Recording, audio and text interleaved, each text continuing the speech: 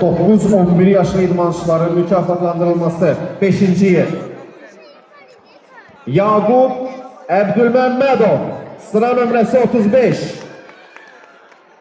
Sumqayıt şəhər 1 nömrəli Uşaq Gəncləri İnkişaf Mərkəzinin tələbəsi.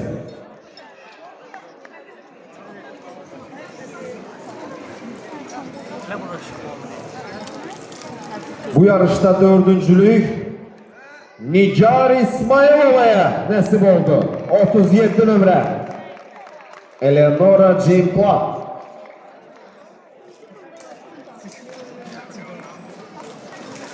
İlk üçlüyü tamamlayan atlet Fit Kids Polşa komandasının nümayəndəsi Aleksandra Siratska. Hep o eleyebilirdi ki. O çocuğu yerden terk edebilir.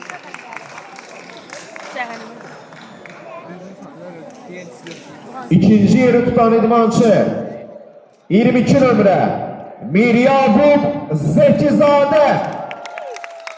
Tebrikler. Təbrik edirik.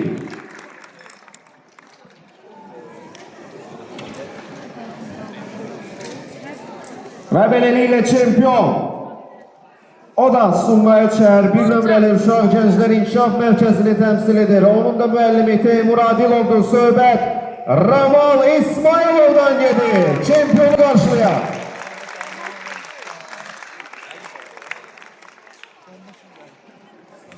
Tebrikler bacı. Fitness stamina